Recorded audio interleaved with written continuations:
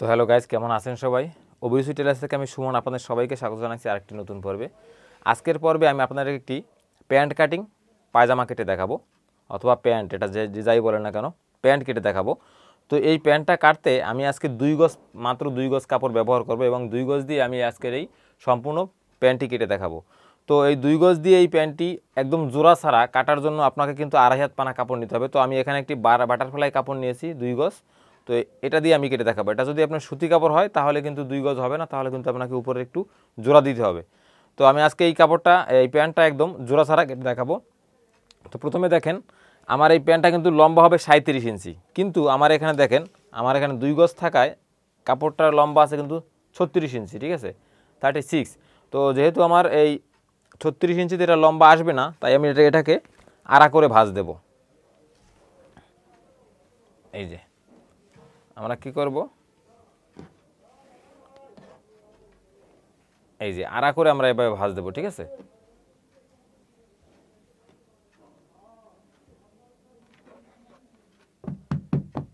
এখন এই যে আড়া করে ভাঁজ দিলাম, এখন এই যে সাইডটায় আমি মানে খোলা আছে, মানে 4 পার্ট যে পাশে গিয়ে মিলছে, আর এই পাশটা দেখেন একসাথে, এই যে ভাঁজটা দেওয়ার পরে এই পাশটা কিন্তু এখানে কোনো পার্ট টার কিছুই নাই। তো আমরা এটাকে ঘুরিয়ে নেব।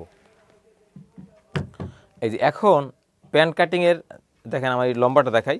এই দেখেন আমার 37 ইঞ্চি লম্বা, দেখেন 37 ইঞ্চি লম্বার পরেও কিন্তু আমার এখানে রাবারের মাপ আছে, এবং নিচে যে অংশটা আছে বর্ডারের কাপড়টা এখানে একটু কম আছে। তো আমি এখানে আলগা বর্ডারের কাপড়টা এখানে আমি আলাদা ধরে নেব, ঠিক আছে। আলাদা ধরলে তাহলে আমার কিন্তু কোথাও কোনো জোড়া দেখা যাবে না।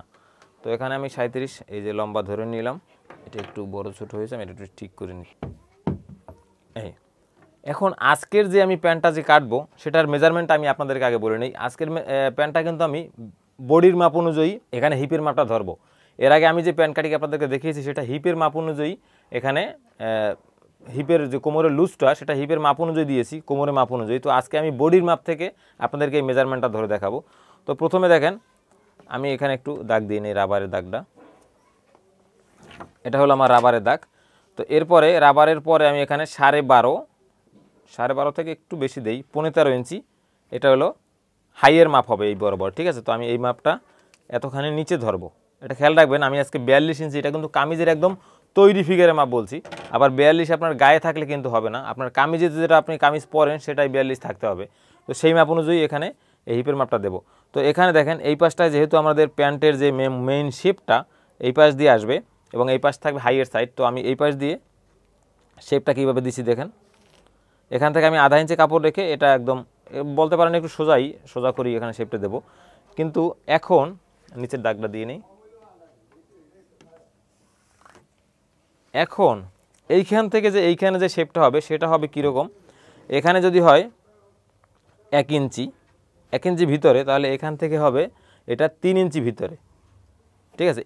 এই যে আপনার শেপটা, এটা যদি আপনি এভাবে না দেন তখন কিন্তু যখন আপনি প্যান্টটা তৈরি করবেন তখন দেখবেন শেপটা কিন্তু প্যান্ট কাটিংয়ের মতন আসে না। আপনি এইটা একটু খেয়াল রাখবেন। তো আমি এখানে দেখেন এটা একটু মিলিয়ে দিই। বন্ধুরা, ভিডিওটি শেষ পর্যন্ত দেখবেন, তাহলে আশা করি আপনার যে কোনো মাপের প্যান্ট পায়জামা কাটার জন্য আপনার আজকের ভিডিওর পরে আর কোনো ভিডিও দেখতে হবে না। দিলাম। এখন আমরা হিপের মাপটা ধরবো। তো আমি যেহেতু বডির মাপ অনুযায়ী হিপের মাপটা ধরবো, তাই আমি এখানে আমার বডির মাপ কত 42, তো আমি এখানে ধরবো কত 10.5, মানে 42কে যখন আমি 4 দিয়ে ভাগ করব তখন এখানে আমার 10.5 আছে। তো 10.5 ধরার পরে আমি এখান থেকে আরও 2.5 ইঞ্চি এই লুজ দেব। এই লুজটা হলো, এটা হলো হিপের যে কাপড়ের যে লুজ, রাবার লাগানোর যে লুজটা থাকবে সেই লুজটা।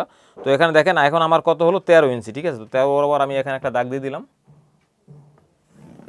এই দাগ দেওয়ার পরে এখন আমি এই যে দাগ দিয়েছি, এই দাগ দেওয়ার পরে দাগের থেকে আরও 2.5 ইঞ্চি এখানে হাইয়ের মাপ নেব, ঠিক আছে।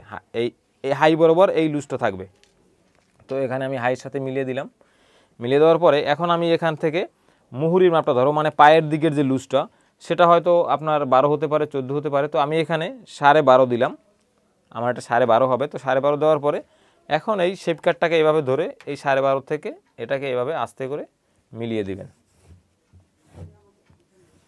এই দেখেন বন্ধুরা, প্যান্ট কিন্তু একদম কাটা, মানে সম্পূর্ণ মার্কা দেওয়া শেষ। এই কিন্তু সহজ প্যান্ট। এখন আমি আপনাদেরকে সম্পূর্ণটা কেটে দেখাচ্ছি কোন দিক থেকে কতটুকু থাকবে, কতটুকু রাখতে হবে। এদিক থেকে আধা ইঞ্চি পরিমাণে কাপড় থাকবে, এই মার্কায় মার্কায় আধা ইঞ্চি পরিমাণ কাপড় রেখে আপনি বাকিটা কেটে ফেলবেন।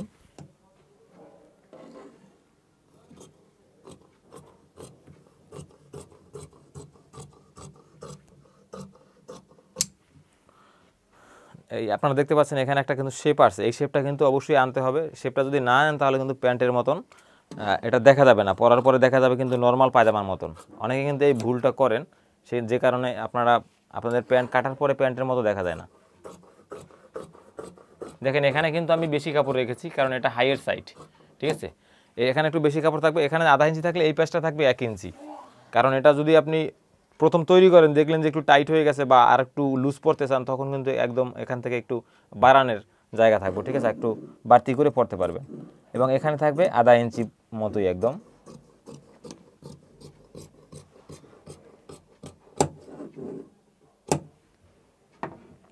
এখানে একটু চিহ্ন দেবো রাবারের জন্য।